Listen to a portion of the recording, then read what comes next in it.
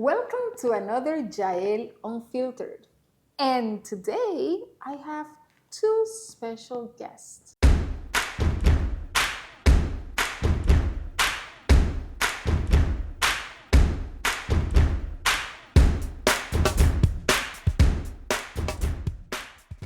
Please do not forget to subscribe and like and share. That would help a lot. So, today I have my, how can I say, my future daughter in law? That's okay. That's okay. That's Benjamin's girlfriend, Claire. Thank you for being here with me. Thank you for having me. And my son, my middle child, the sandwich, the cheese, not the cheese, right? I don't In know. the middle. My azulito, that's how I call him, my little blue, Benjamin. He's out. You know what? It is interesting because I was like, because Nathan, he's very like, Mom, are you crazy? Are you doing this podcast? I don't want to know anything about it. I don't want to be involved. So I'm so glad that Benji decided to be here with me today, and I appreciate that. How do you feel about it? I'm getting paid, right? No, there's no money yet.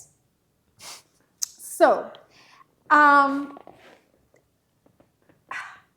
this is a very touchy subject, probably, I'm going to say, because it touches home. And I believe that for every parent to have, teenagers should be. Um, so I want to talk about life lessons learned, right? And there's a huge gap between my generation and your generation. I don't know how you guys see us. Are we something like out of this world? Or not really? Just like parents or like older people, you know? Politely, respectfully. Yeah, that is true. That is true. Um, generation, generation Z, right? Yeah. And what's my generation? Why? No, I'm not Y. I wish, but no, I'm not Y. X? Yeah. Gen X. Gen X. And then my mom and my parents will be the baby boomers for Mm-hmm. sure. Mm-hmm. What do you think that is the biggest difference between your generation and my generation? Claire. I would say, I don't know, just the bridge and having like growing up with no technology and having to like, well, not no technology, but growing up with like the minimal technology, and then this huge explosion into our generation with all this technology just at our fingertips. I feel like that is definitely the biggest difference. What would you say? Probably the belief system, like how you were raised and like what you believe in and like how you like view the world. Yes. And I will say that the way I was raised, um, have you heard people saying like this is the last generation that respects people and that was well raised, and like these other generations are Mm-hmm. not good enough or not good at all. And I know that there's a generation that we can say probably maybe, oh yeah, but your generation is completely different. I think that your generation is a generation of people, young people that they can think, that they do research. You guys, when you speak with knowledge. You know what you guys are talking about. And sometimes when I hear Benji talking, I'm like, oh my gosh, this guy is brilliant. Not because he's my son, but he's really smart. You know that, Yes. right? So yes, I know, like the way I was raised, it has influenced definitely the way I raised you and your brothers. And even though I said that I was going to do it differently, I know that still it has an influence in how I did things. Even though I tried to do it, with the best of the intentions, But at the end of the day, we are parents. We're humans. We make mistakes. Not everything is perfect. But I was reading a couple of stuff here. It was like 10 fun things about Gen Z, and I only picked five, which to me was really interesting. It said Gen Z represents the most racially and ethnically diverse generation in the U.S. history. And I have to say that it is true. And you guys are proof of it. Like we have Benji, he's Hispanic.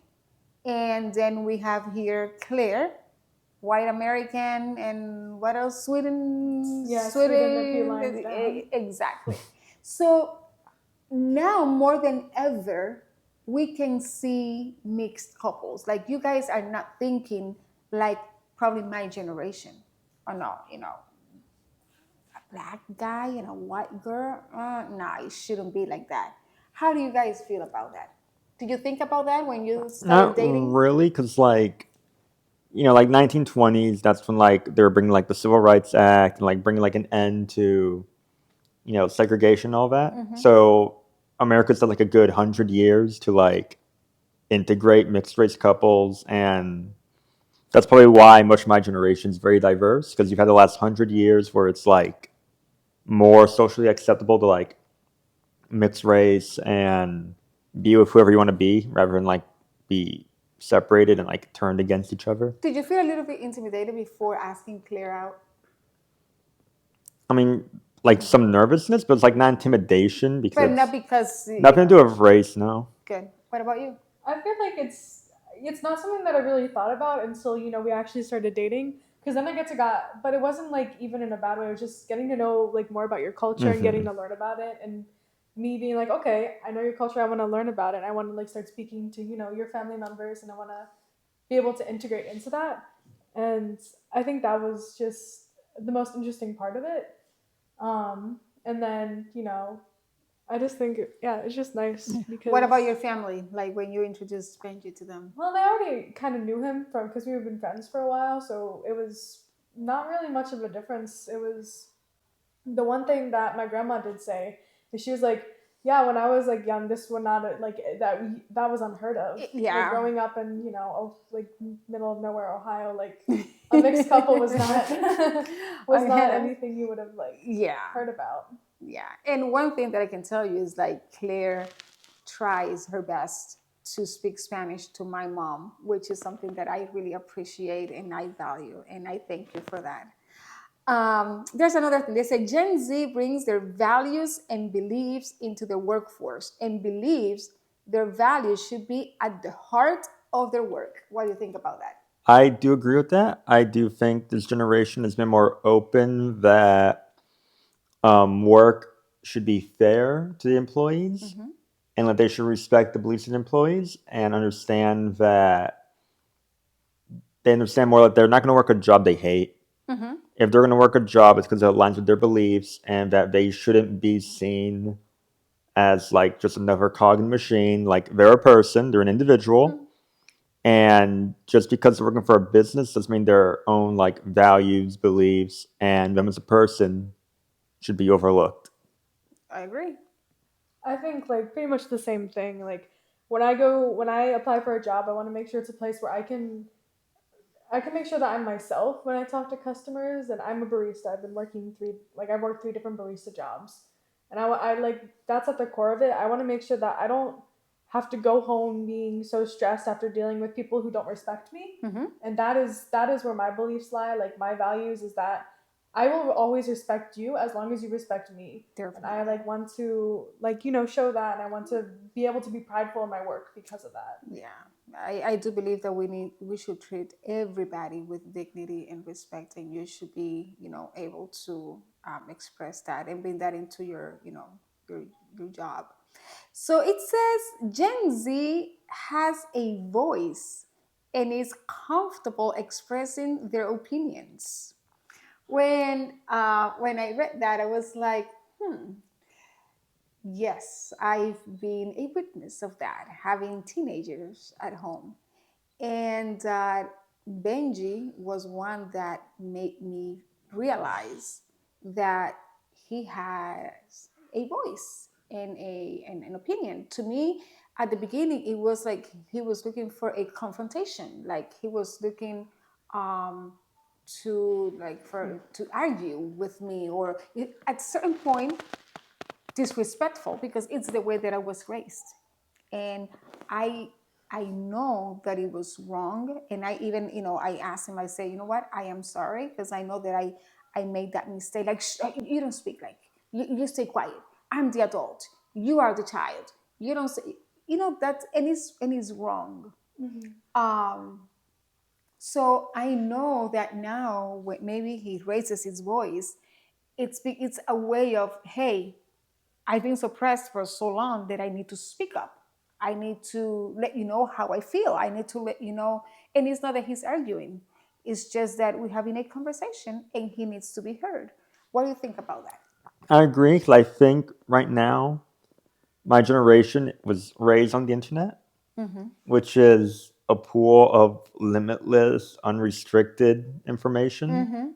So I think my generation can just see more problems and corruption with the world and all around, and they were exposed to it from a young age. And it's like it almost seems like no one like in the previous generations kind of like not like people did, but like not enough like pointing it out, like, hey, that's a problem. Challenge So that. now they want to like bring it up without being seen as a child. Like we have our voice.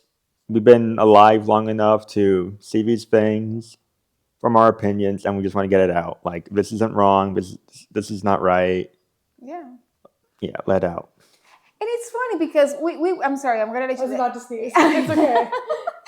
Because we were telling when we were raising the kids, we used to tell them like when you see something wrong, speak up and stand up for the things that are right and whatever. And then whenever they used to come, it's like you don't speak or you don't talk.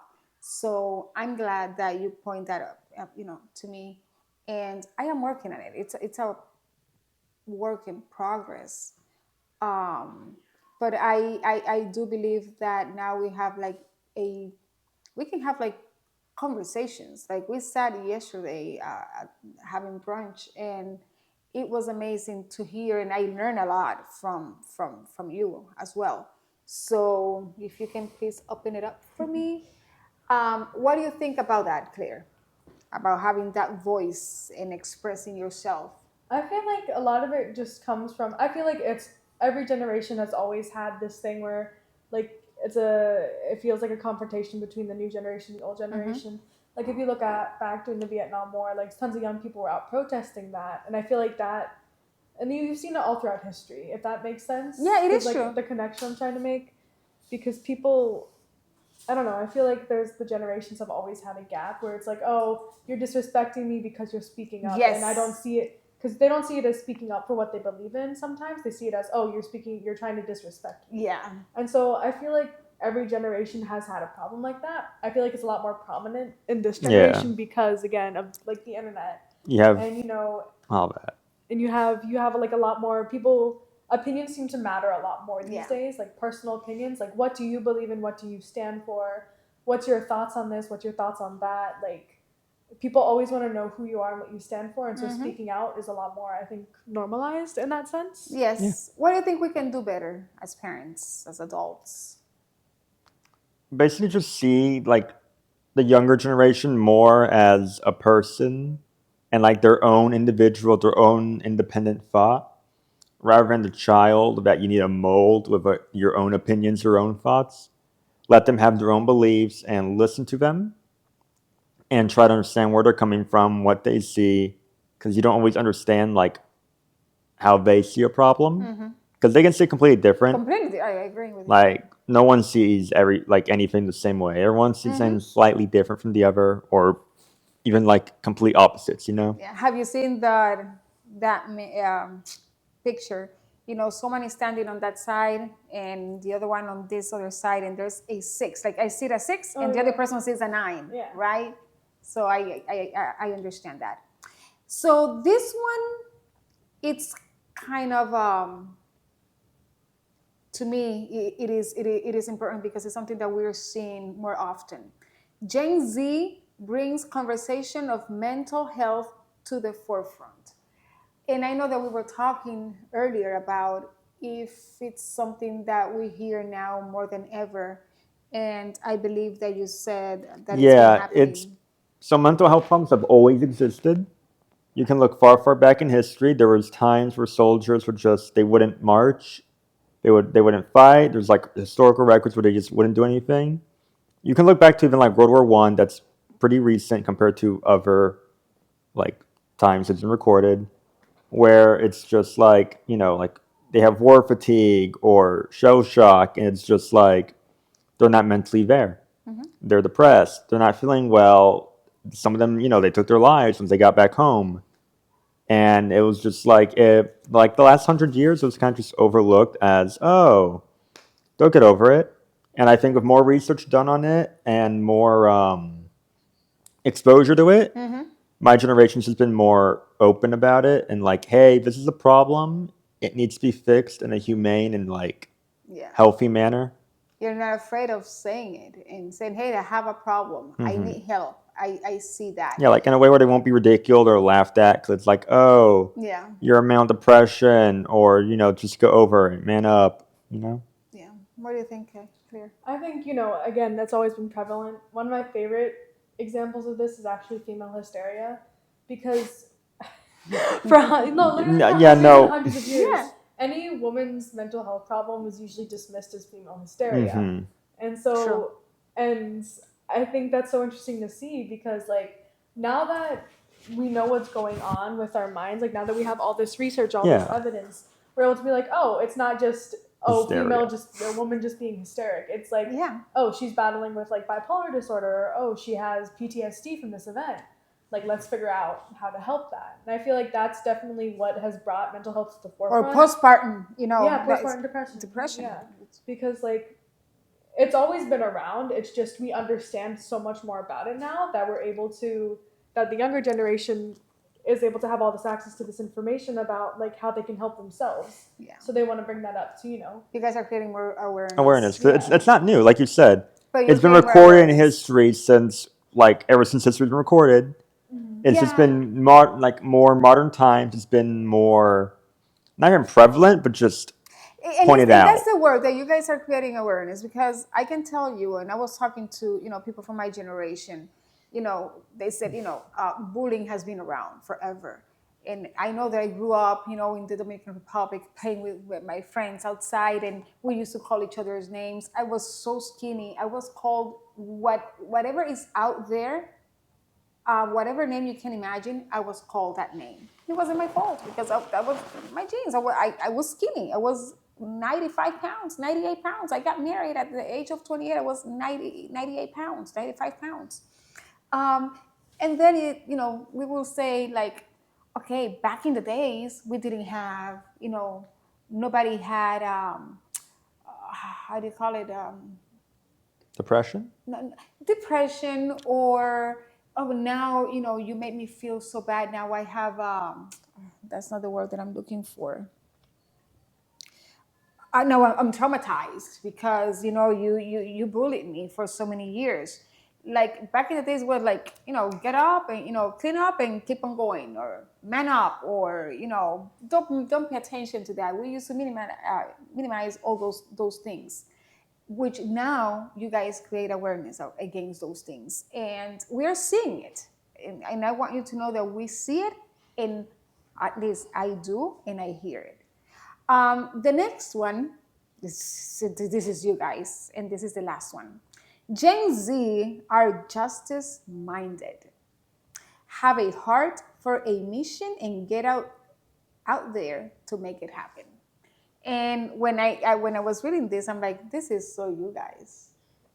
I do agree, because it's like, we see like celebrities getting outed for like horrible things, and it's like, yeah, like put them on trial. Don't let them like buy their way out. Don't let them like be like, oh, it happened 2 years ago. It's nothing. It's like you did something horrible, pay for it. Same with politicians, and like same with like the wars going on. There's a lot of unjust wars going on, and it's just uncalled for, and it just shouldn't be happening. And I think my generation is very good at basically saying, hey, don't do that. That's kind of messed up. You don't want to like slaughter a bunch of people and get away with it because you say it's just. Without getting too political here, I know that we were talking about what was happening in Israel and Gaza, and you were telling me, yes, mom, but this also happened. Even though I like have my own beliefs and my heart can be with Israel, even though my heart is with the people in Gaza, the innocent people, definitely.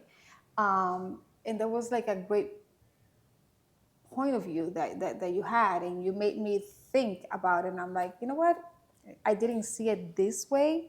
you know we're also causing destruction, and people are dying because of these other horrible people. And I appreciate the fact that you exposed your point of view, and I was like, hey, I didn't see it that way, because I'm so focused on the way that religion has a lot to do with it. Israel gets people and all these things, and then you don't see the other side. You lose track of the other details that are also important in the people that are involved. What do you think about that, you guys being justice minded? I think it's definitely true, and it's definitely with our generation a lot more than past generations. Again, because of technology, like you have so many people who are able to like just go back and say, hey, like this politician has been like abusing women, or this politician has been like hiding funds and stuff, or you Or like like misusing trafficking them. children or something. Yeah. It's like, And so you're able to like with all that information, not just like in the politics side, but in like just pop culture. Yeah. in general, You're able, yeah. yeah, in general, you're able to see like, oh, like nothing has ever been like as it seems. It's kind of like a new Gilded Age, I would say, in America, because like everything's hidden like under this like facade of like Yeah. Even this some stuff isn't noise. hidden because my generation online, you can literally just find like Everything. just like strip like war footage from like Russia or like Israel. Like you can actually like see You cannot what's going hide from on. this generation because everything is there. You guys are exposed. We are exposed. Yeah. So I want to thank you for being with me today. I hope that you have enjoyed this episode. And I am sure that I am going to have you here again, because there are too many other topics that are important and that we need to start talking about. Or maybe we already are, but we need to continue talking about it and exposing it so people can you know start making that change in society in general, starting with me, starting at home. And I believe that we have to do that. We need to you know uh, get up and smell the coffee, awake. Thank you once again, Benji and Claire, and thank you for being with us today. Hasta la próxima. See you next time.